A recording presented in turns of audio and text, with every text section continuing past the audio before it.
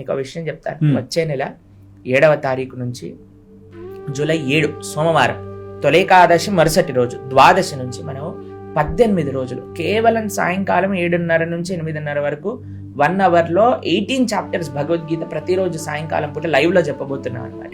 Pranavananda Das YouTube channel just ఒక 18 days లో పూర్తి భగవద్గీతని మనం ఎట్లా అర్థం చేసుకోవాలో నేర్పించబోతున్నాం.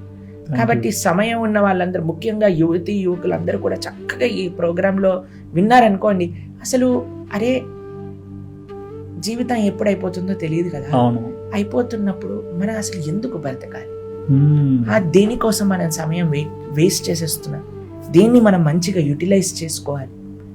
భగవంతుడు అసలు ఈ జీవితాన్ని ఎందుకు ఇచ్చారు? చాలా మందికి ఒక ప్రశ్న ఉంటుంది, అసలు ఈ ప్రపంచం ఏంటండి, అసలు ఎందుకు తయారు చేశాడు ఈ ప్రపంచం?